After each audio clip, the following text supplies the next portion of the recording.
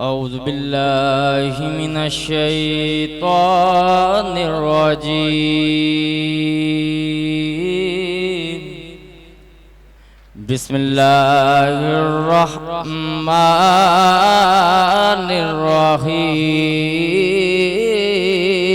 الرحيم إذا جاء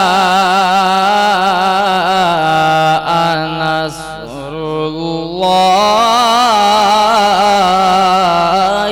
والفتح ورأيت الناس يدخلون في دين الله سبحان اللہ في دين الله أفواجا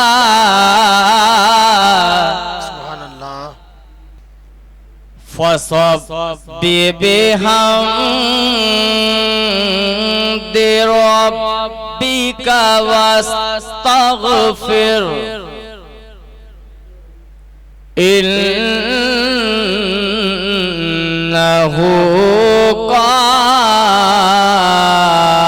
كان توابا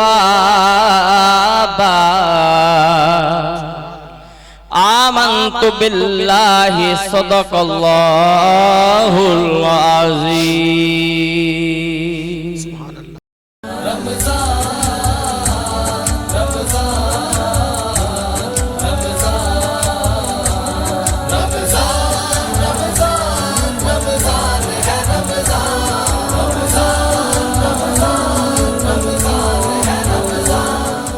اعوذ باللہ من الشیطان الرجیم بسم اللہ الرحمن الرحیم رمضان سنہ افغانستان کے افطار ٹرانسمیشن کے ساتھ میں ہوں آپ کا میزبان محمد اسد خان۔ ناظرین کرام، آج کا ہمارا موضوع علم اور علماء ہے۔ اللہ تبارک و تعالیٰ قرآن مجید فرقان حمید میں ارشاد فرماتا ہے قل هل يستوي الذين يعلمون والذين لا يعلمون، اے میرے محبوب آپ فرما دیجئے کیا برابر ہیں جاننے والے اور نہ جاننے والے؟ آپ فرما دیجئے کیا برابر ہیں جاننے والے یا نہ جاننے والے؟ اس کا مطلب کیا ہے؟ اس کا مطلب یہ کیا برابر ہیں علم والے اور غیر علم والے؟ تو بے شک ہرگز علم والے اور غیر علم والے برابر نہیں ہو سکتے۔ علم والوں کے درجات بہت ہی بلند اور بالا ہے، بہت ہی بلند اور بالا گئے، حتیٰ کہ روایتوں میں آتا ہے کہ عالم کے چہرے کو دیکھنا بھی عبادت ہے، عالم کے چہرے کو دیکھنا بھی عبادت ہے، اور جس مجلس میں عالم موجود ہو تو اس مجلس میں بیٹھنا بھی ثواب ہے۔ ایک شخص نماز پڑھ رہا ہے، نوافل پڑھ رہا ہے اور ایک شخص عالم کی مجلس میں بیٹھا ہے، علم دین کی مجلس میں بیٹھا ہے، تو وہ نوافل پڑھنے والے شخص سے زیادہ افضل وہ ہے جو علماء کی صحبت کے اندر بیٹھا ہے۔ تو علماء کا اتنا بڑا مقام اللہ تبارک و تعالیٰ نے بیان فرمایا ہے۔ آج اسی حوالے سے ہم گفتگو کریں گے۔ ہمارے ساتھ ممتاز عالم دین جناب حضرت علامہ مولانا وسیم رضا قادری صاحب موجود ہیں۔ السلام علیکم ورحمۃ اللہ وبرکاتہ۔ وعلیکم السلام ورحمۃ اللہ وبرکاتہ۔ کیسے مزاج ہیں آپ کے؟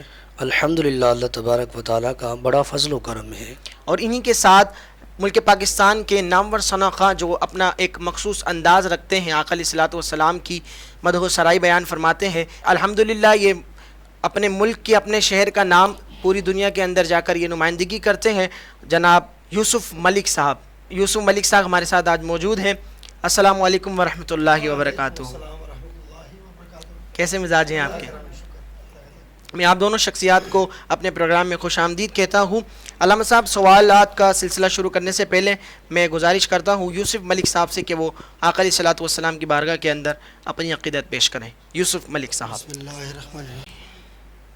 نعمتیں بانٹتا جس سمت وہ ذیشان گیا سبحان اللہ سبحان اللہ نعمتیں بانٹتا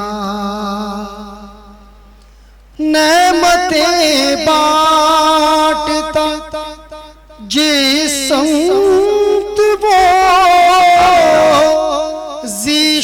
ذیشان گیا سبحان اللہ سبحان اللہ کے ساتھ ہی منشی رحمت کا قلمدان گیا ساتھ ہی منشی رحمت کا قلمدان گیا ساتھ ہی منشی رحمت کا قلمدان گیا آج لے ان کی پناہ آج مدد مانگ ان سے آج لے ان کی پناہ آج مدد مانگ ان سے پھر نہ مانیں گے قیامت میں اگر مان گیا پھر نہ مانیں گے قیامت میں اگر مان گیا نعمتیں بانٹتا جان و دل ہوش خرد سب تو مدینے پہنچے جان و دل ہوش خرد سب تو مدینے پہنچے ارے تم نہیں چلتے رضا سارا تو سامان گیا تم نہیں چلتے رضا سارا تو سامان گیا نعمتیں بانٹتا جس سمت وہ ذیشان گیا کے ساتھ ہی منشی سبحان اللہ سبحان اللہ سبحان اللہ ماشاءاللہ یہ تھے یوسف ملک صاحب جو اعلیٰ حضرت عظیم المرتبت پروانہ شمع رسالت کا کلام پیش فرما رہے تھے بڑے ہی خوبصورت انداز میں اعلیٰ حضرت کا کلام پیش کر رہے تھے علامہ صاحب علم کی اہمیت کے حوالے سے قرآن مجید قرآن و حدیث کے اندر کیا بیان فرمایا گیا ہے بسم اللہ الرحمن الرحیم نحمدہ ونصلی ونسلم علی رسولہ الکریم اما بعد فاعوذ باللہ من الشیطان الرجیم بسم اللہ الرحمن الرحیم سب سے پہلے سن افغانستان اسلامک پروڈکشن کی پوری ٹیم کا میں شکر گزار ہوں کہ جنہوں نے مجھے رمضان ٹرانسمیشن میں مدعو کیا اور لب گشائی کرنے کا موقع دیا اور اس بات کا مجھے موقع دیا کہ میں علم اور علماء کی فضیلت کو قرآن و حدیث کی روشنی میں اجاگر کروں جیسا کہ اللہ تبارک و تعالی نے علم کی اہمیت کو اجاگر کرتے ہوئے قرآن کریم کے اندر ارشاد فرمایا فَاسْأَلُوا أَهْلَ الذِّكْرِ إِن كُنتُمْ لَا تَعْلَمُونَ تو تم پوچھو علم والوں سے اگر تم نہیں جانتے سبحان اللہ اس آیت کریمہ کے اندر علم والوں کی اہمیت کو اجاگر کیا گیا کہ لوگوں اگر تم نہیں جانتے ہو تو علم والوں کے پاس چلے جاؤ علماء کے پاس چلے جاؤ اور اپنے مسائل علماء کی بارگاہ میں جا کر حاضر کر دو اور ان مسائل کا حل علماء سے جا کے معلوم کر لو اگر تم نہیں جانتے ہو اور اسی طرح ایک اور مقام پر اللہ تبارک و تعالی نے قرآن کریم میں علم کی اہمیت کو واضح فرمایا ہے رب ذوالجلال نے ایک اور مقام پر ارشاد فرمایا قل هل يستوي الذين يعلمون والذين لا يعلمون اے محبوب آپ ارشاد فرمائیے کیا جاننے والے اور نہ جاننے والے برابر ہیں؟ یعنی کیا عالم اور جاہل دونوں برابر ہیں؟ اس آیت کریمہ کے اندر استفہام انکاری ہے. استفہام انکاری کا مقصد مطلب یہ ہوتا ہے کہ عالم اور جاہل دونوں برابر نہیں ہو سکتے. عالم کا مقام ایک مرتبہ ہے اور عالم اپنی ذات کے اعتبار سے بھی بڑی حیثیت رکھتا ہے. کہاں عالم اور کہاں جاہل، لہٰذا جاہل عالم کے مرتبے کو نہیں پہنچ سکتا. سبحان اللہ. تو اسی طرح علم کی اہمیت کو اور عالم کی اہمیت کو حدیث پاک میں بھی واضح کیا گیا ہے. سبحان اللہ. جیسا کہ حدیث پاک ملتی ہے کہ حضور علیہ الصلاۃ والسلام نے علم کی اہمیت کو اجاگر کرتے ہوئے فرمایا طلب العلم فریضۃ علی کل مسلم. آپ علیہ السلام نے فرمایا کہ علم کو طلب کرنا یہ فرض ہے ہر مسلمان مرد اور عورت پر. اس بات کو واضح کرتا چلوں اب ہر مسلمان مرد اور عورت پر کتنا علم فرض ہے تو علماء کرام فرماتے ہیں بقدر ضرورت علم سیکھنا یہ فرض ہے. سبحان اللہ. اس کو مثال کے ذریعے بھی واضح کر دیتا ہوں. جیسا کہ یہ ماہ مبارک ہے، رمضان مبارک کا مبارک مہینہ جاری و ساری ہے، تو اس میں ہر عاقل بالغ مسلمان آزاد پر روزہ فرض ہے. اب جو شخص روزے کا اہل ہے، جس پر روزہ فرض ہے، تو روزے کے ضروری مسائل اس پر سیکھنا فرض ہے. اسی طرح حج کی مثال لے لیجئے کہ جس شخص پر حج فرض ہو چکا تو اب اس پر یہ بات بھی لازم ہے کہ حج کے جو ضروری مسائل ہیں وہ سیکھنا اس پر فرض ہو جائیں گے. تو آپ علیہ السلام نے فرمایا کہ طلب العلم فریضۃ علی کل مسلم، کہ علم کو طلب کرنا یہ ہر مسلمان مرد اور عورت پر فرض ہے. اسی طرح حضور علیہ الصلاۃ والسلام نے کئی احادیث میں علم کی اہمیت کو واضح فرمایا ہے. ایک اور مقام پر فرمایا کہ میں یرید اللہ بہ خیرا یفقہہ فی الدین، کہ جس کے ساتھ اللہ تبارک و تعالی بھلائی کا ارادہ فرماتا ہے اسے دین کی سمجھ بوجھ عطا فرما دیتا ہے، اسے دین کا فقیہ بنا دیتا ہے. اللہ رب العزت اسے دین کا فہم عطا فرما دیتا ہے. تو ان احادیث کی روشنی میں اور قرآن کی آیات میں علم کی اہمیت واضح ہوتی ہے. سبحان اللہ. ماشاء اللہ. علامہ صاحب نے بڑے ہی خوبصورت انداز کے اندر علم اور علماء کے حوالے سے بڑی اچھے انداز سے گفتگو فرمائی. علامہ صاحب یہ بیان فرمائیے گا کہ علم سیکھنے کی کیا فضیلت ہے؟ ایک روایت میں آتا ہے کہ ایک مرتبہ حضور علیہ الصلاۃ والسلام کی بارگاہ میں ایک صحابی حاضر ہوئے عصر کی نماز کے بعد. جب صحابی رسول حضور کی بارگاہ میں حاضر ہوئے تو روایت میں آتا ہے کہ حضور علیہ الصلاۃ والسلام کی بارگاہ میں اللہ رب العزت نے جبریل امین کو بھیجا. سبحان اللہ. جبریل امین حضور کی بارگاہ میں آئے اور جبریل امین علیہ الصلاۃ والسلام نے بارگاہ رسالت میں ادب کے ساتھ عرض کیا کہ یا رسول اللہ، یہ جو آپ کی بارگاہ میں غلام حاضر ہے اس کے زندگی کے چند لمحات رہ گئے ہیں، چند ساعتیں رہ گئی ہیں، حضور چند لمحوں کے بعد اس کا انتقال ہو جائے گا. اللہ اکبر. جیسے حضور علیہ الصلاۃ والسلام کی بارگاہ میں جبریل امین نے حاضر رک کر یہ خبر سنائی تو روایت میں آتا ہے حضور علیہ الصلاۃ والسلام غمگین ہو گئے. آپ کے مبارک چہرے پر غم کے آثار نمودار ہوئے اور حضور علیہ الصلاۃ والسلام کی مبارک آنکھوں سے آنسو جاری ہو گئے. تو حضور کی مبارک آنکھوں سے آنسوؤں کا جاری ہونا یہ اس بات کی دلیل تھی، اس بات کا ثبوت تھا کہ حضور کو اپنے صحابہ سے بڑی محبت تھی. حضور اپنے صحابہ سے بے انتہا محبت فرمایا کرتے سبحان تھے. اللہ. اللہ اکبر. تو حضور علیہ الصلاۃ والسلام نے اپنے اس غلام سے فرمایا کہ تمہاری زندگی کے چند لمحات رہ گئے ہیں، چند گھڑیاں رہ گئی ہیں اور چند لمحوں کے بعد تمہارا انتقال ہو جائے گا.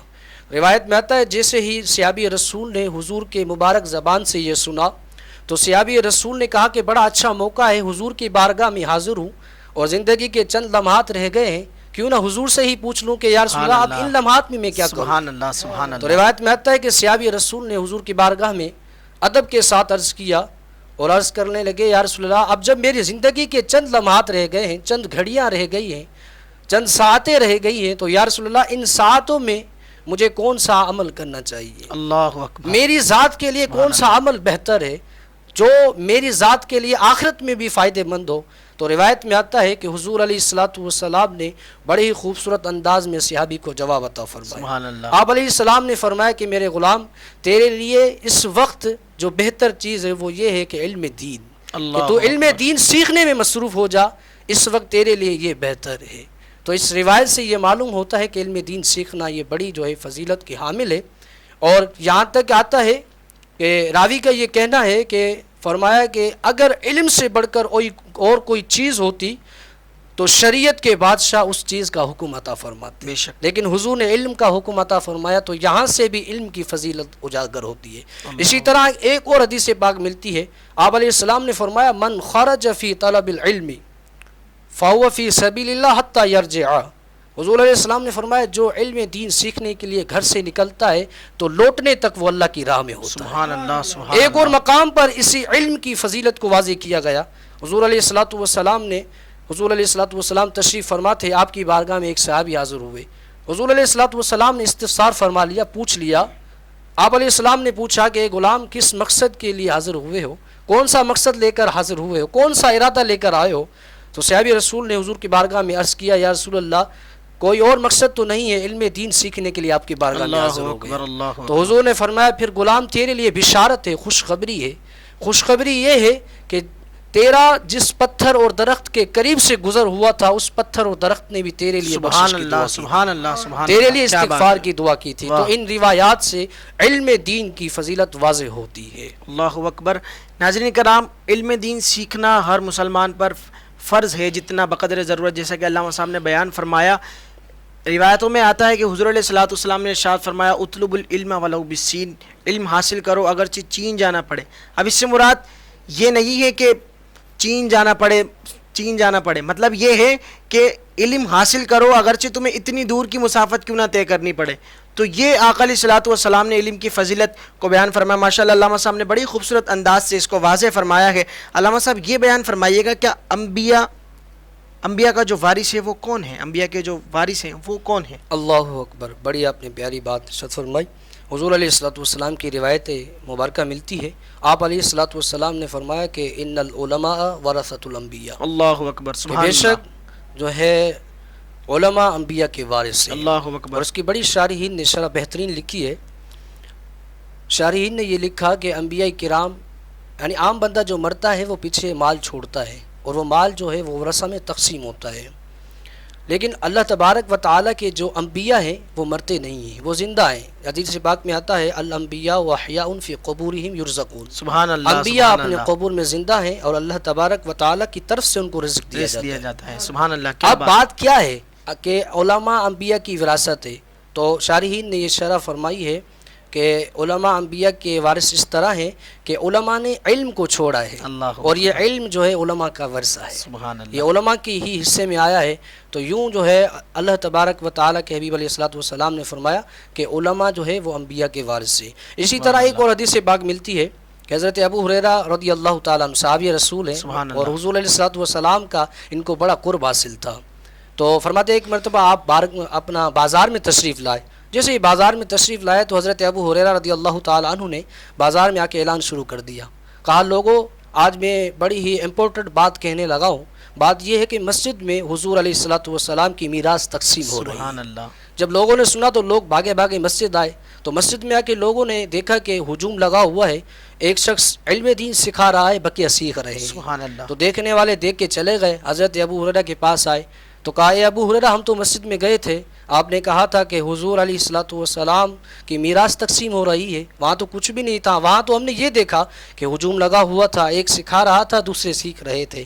تو اللہ اکبر، حضرت ابو ہریرہ رضی اللہ عنہ نے فرمایا کہ لوگوں یہی تو حضور علیہ الصلوۃ والسلام کی میراث تھی، سبحان اللہ، سبحان یعنی یہ جو اللہ، علم سیکھ رہے تھے سبحان تو اللہ، یہی تو علم میراث تھا۔ تو اسی سبحان لیے اللہ، فرمایا گیا کہ علماء انبیاء کے وارث ہیں، کہ علماء کا یہ خاصہ ہے، اللہ تبارک و تعالیٰ نے علماء کو انبیاء کا وارث بنایا ہے۔ علامہ صاحب یہ بیان فرمائیے گا کہ اکثر لوگ کہتے ہیں کہ اگر میں اپنے بیٹے کو عالم بناؤں گا تو وہ کھائے گا کہاں سے، کس طرح سے اپنی زندگی کا گزارا کرے گا، اور جبکہ دور حاضر میں یہ دیکھا جا رہا ہے کہ اس پریشانی کے عالم میں، اس وبا کے عالم میں کہ جو لوگ اپنا روز کی بنیاد پر گزر بسر کر رہے تھے تو علماء ہی ان کی مدد کرنے میں پیش نظر آ رہے ہیں، تو اس حوالے سے کیا آپ ذہن سازی فرمائیں گے؟ اس کا جواب میں حدیث پاک کی روشنی میں دیتا ہوں۔ حضرت انس بن مالک رضی اللہ عنہ صحابی رسول ہیں، آپ فرماتے ہیں کہ حضور علیہ الصلوۃ والسلام کے مبارک زمانے میں دو بھائی تھے، 2 برادرز تھے۔ تو آپ فرماتے ہیں کہ ان میں سے ایک بھائی جو تھا اس کا یہ معمول تھا کہ وہ حضور علیہ الصلوۃ والسلام کی بارگاہ اقدس میں علم دین سیکھنے کے لیے حاضر ہوا کرتا تھا، اور جو دوسرا بھائی تھا اس کا یہ معمول تھا کہ وہ کاریگر تھا، اور کاریگر ہونے کے ناطے وہ اپنا کام کاج کیا کرتا تھا، اپنے کام کاج میں مصروف رہا کرتا تھا۔ تو ایک دن دوسرے بھائی کے ذہن میں یہ وسوسہ آیا کہ میں کاریگر ہوں اور میں کام کاج کرتا ہوں، اور جو میرا بھائی ہے وہ حضور کی بارگاہ میں علم دین سیکھا کرتا ہے، میرے کام کاج میں ہاتھ نہیں بٹاتا، سارا بوجھ میرے اوپر اس نے ڈال دیا ہے۔ تو اس کے ذہن میں یہ وسوسہ آیا اور اس نے کہا کہ یار اس کی شکایت میں حضور کی بارگاہ میں کرتا ہوں۔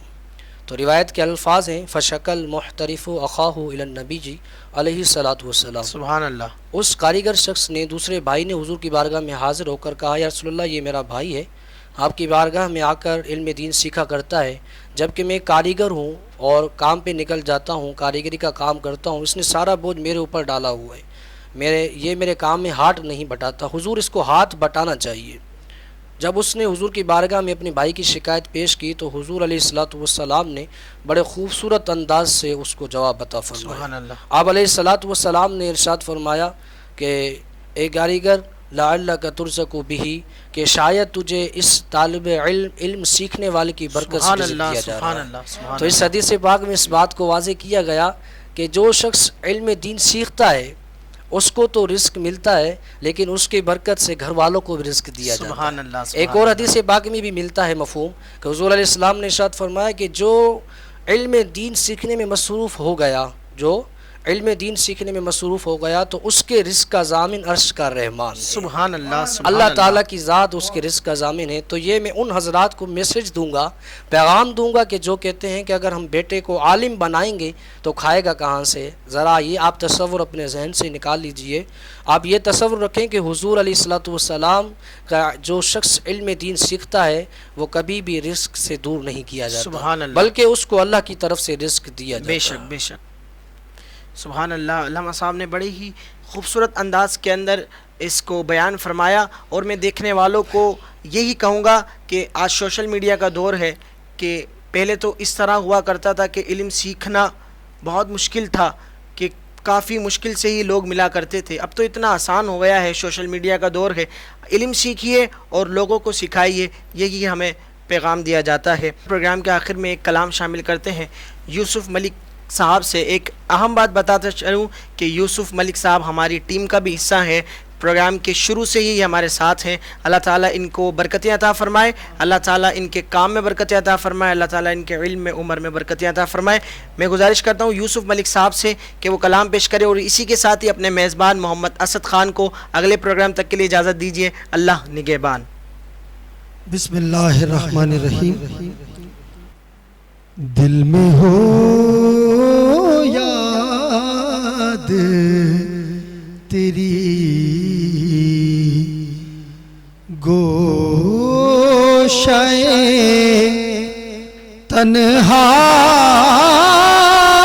تنہائی ہو، سبحان اللہ۔ دل میں ہو یاد تیری گوشے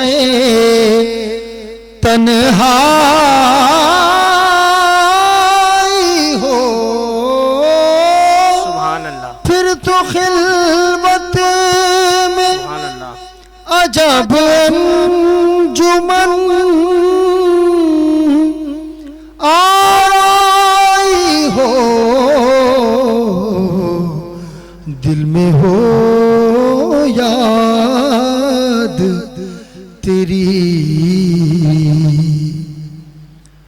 آج جو عیب سبحان اللہ۔ کسی پر نہیں کھلنے دیتے، آج جو عیب کسی پر نہیں کھلنے دیتے، کب وہ چاہیں گے میری حشر میں رسوائی ہو،